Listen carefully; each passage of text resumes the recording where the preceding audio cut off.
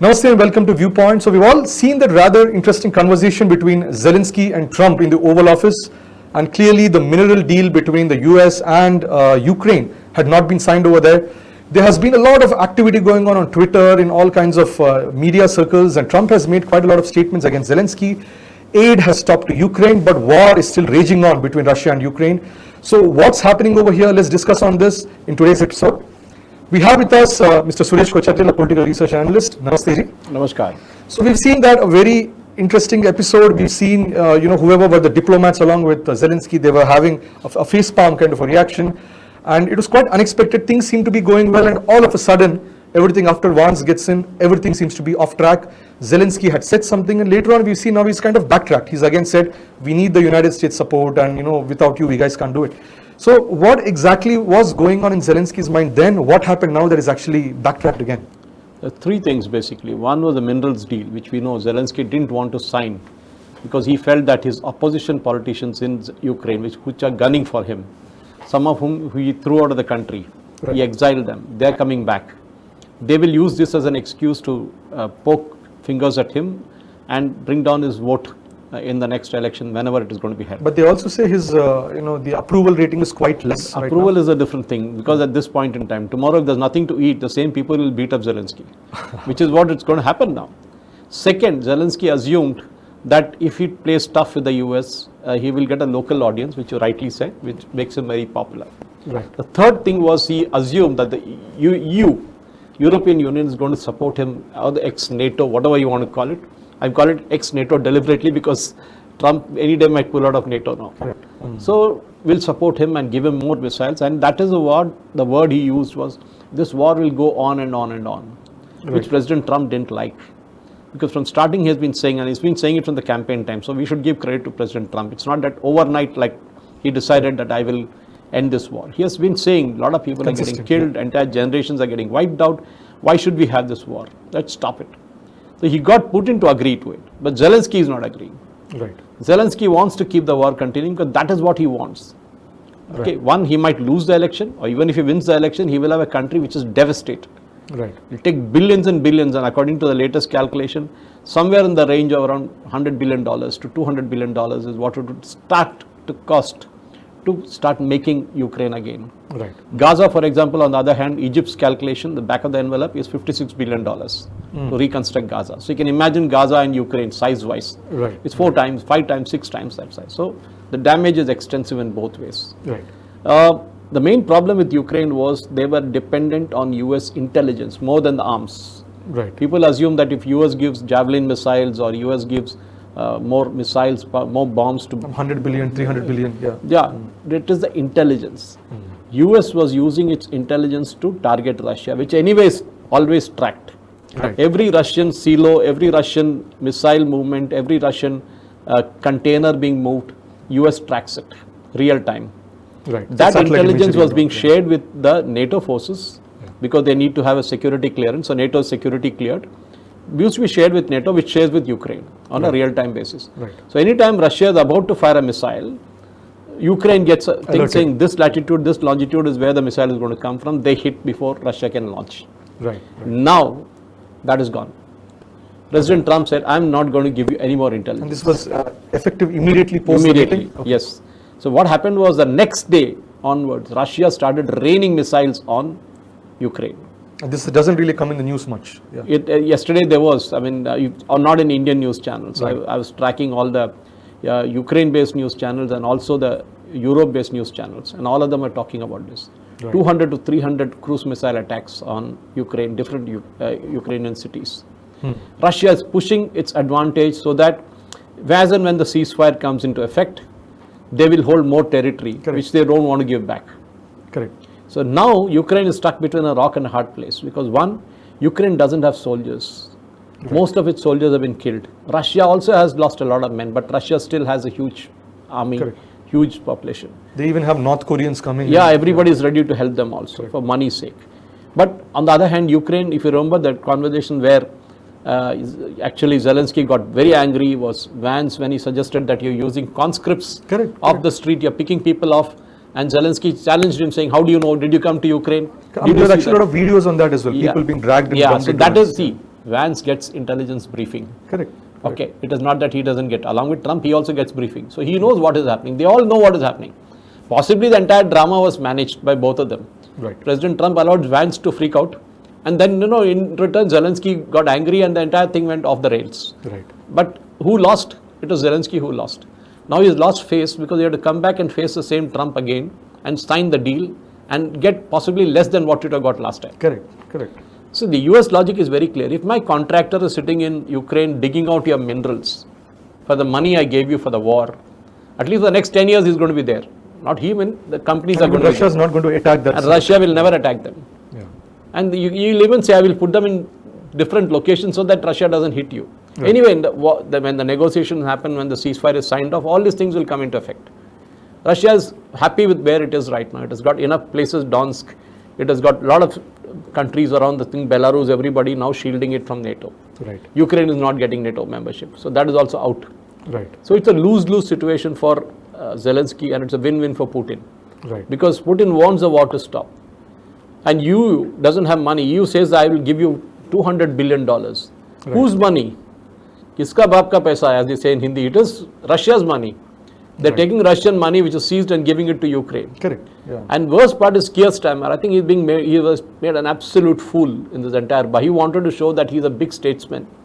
And he called Zelensky and he called Macron and everybody. He called Meloni and all the European allies. They all sat across in the round on a table and they discussed and they said, we've got to help you. We'll be there. We'll put boots on the ground. But I think Meloni kind of backed off. Yeah, even Germany backed out for that matter. Okay, so now the fun is, as somebody was saying, UK doesn't have enough soldiers to even fill in the Wembley Stadium. What are you going to go to Ukraine for? Right. You can't defend Kent. What are you going to defend Ukraine for? So, and again, Vance, I think he's running his next election campaign as the president of US very clearly. He says that this is a country, he didn't mention UK, he said this is a country which has never fought a war for 40 years. And it says it will send its soldiers to Ukraine. What kind of joke is this? Correct. So that is actually he didn't name UK, but it was actually aimed at them. Correct. In the larger scheme of things, if you look at it, Aditya, Zelensky was kind of becoming very, very dependent on money. Correct. Yeah.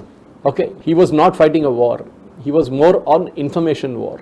Correct. Money was being paid to news channels, we all know, through USAID and other sources, where consistent news was that Russia is losing, Russia is losing, and Russia is losing. Now what Trump is saying, no, Russia gained. Right. So Trump knows what he's speaking about because he has all his intelligence briefings with him, he has images with him, he has videos with him. Zelensky is losing big time. And Ukraine is a big country. Let's accept that fact. Right. Okay, it's maybe 2 or 3 Bihars put together. Right. It's a huge country. But the problem is, today, because of its size, it has become a weakness. Right. Tomorrow, he's scared that Russia will come again. Russia will not come again. We have the story in India which says there's a vagabond in the village who keeps on saying the tiger has come, and there's no tiger. When the tiger actually comes, nobody believes him. Okay, that's the story here again with the case of Ukraine. Zelensky kept on saying Russians are coming, Russians are coming, Russians are coming. They did come, but sometimes they stopped coming now. But actually in the Oval Office, if you see, Zelensky was like, we are alone, we are fighting this alone, we are going to keep fighting to the end. But right now, if you see in the past 2 days, the kind of comments that have come, he's like, no, we are ready to make peace, we are ready to end the war, we are kind of handing it out, but you guys have to listen. So what was the change of stance? Is it Trump pulling off the money? Did it actually? Okay. More than pulling the money, it is the intelligence.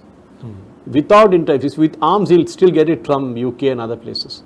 UK again is very smart. See, he's saying Thales will make some missiles for some $2 billion and give it to Ukraine immediately. And then he keeps saying the Thales factory in UK will be full and running 3 shifts. Look at this selfish, taking Russian money, keeping your population employed and giving that missiles to Ukraine for what? So actually, where exactly are the Russian assets which Ukraine has taken control of?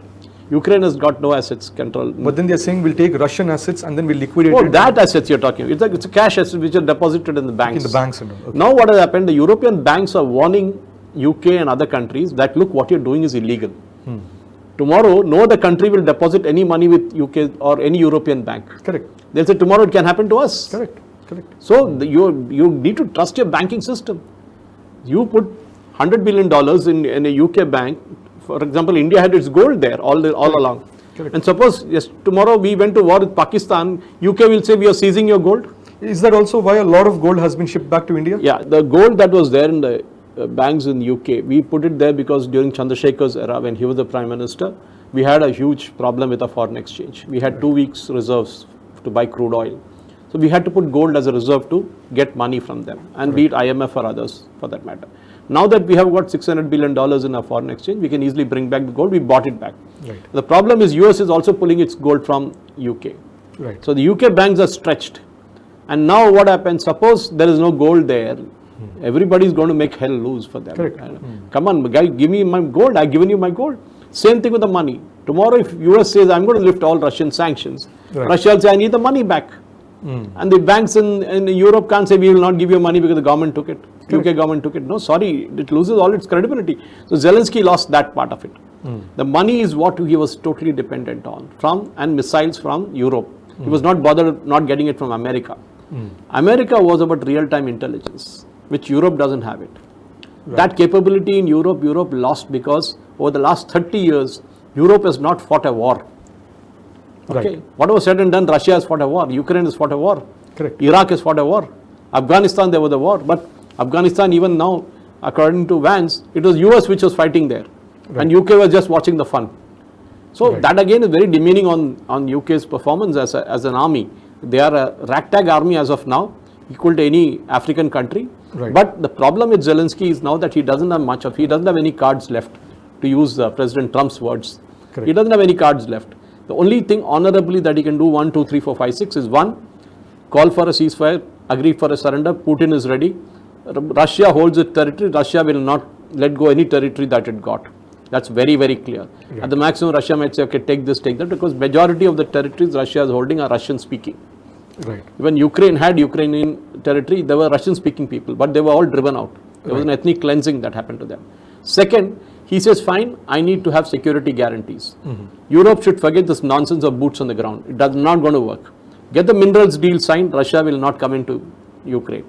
Save your money. I mean, if Keir Starmer wants to save his money and save his reputation, he should just keep his army in his barracks in UK. Okay. The third thing he need to do is he need to take money from US and others to rebuild the country. When I say Zelensky, it doesn't mean Zelensky is going to be the next prime minister or president. For all you know, somebody else might win the election, but Ukraine will have to be rebuilt. It will take, according to President Trump himself, it is going to take 30 to 40 years. It has gone back that much. Everything is devastated. We are not seeing many pictures like we saw in Gaza. Correct. Because there were heavy censorship that was going on. That which is again mentioned by Vance during his speech in UK, during Germany, when he said that there's a huge censorship going on in Europe, across Europe, is because a lot of internal news and external news are not being allowed to come in. Right. Only Russian losses are being shown. There's no losses in Ukraine being shown. That was the standard military propaganda that goes on. That's what is happening. Goebbels kind of situation of Second World War. Right. So now with these three things, Zelensky should relax, let the war end, so that President Trump can shift his focus onto Gaza. And this will be a rebuilding effort. Bargain your best thing out. Take money for rebuilding, which President Trump will say loan. I will not give you grant. And UK will also have to chip in and say loan. We will give you money to rebuild your country. We will help you rebuild it. Right. UN is gone. UN has no role in this. At the maximum, what will happen is to give them some defense, give them some equipment. Okay, it can be an anti-aircraft fire missiles, all that kind of stuff. Give it to Ukraine so that they're happy with what they have. Right. At the end of the day, Ukraine has lost a complete generation of youngsters. Right. Russia has also lost it. There were no winners in this war, and I think President Trump realizes that.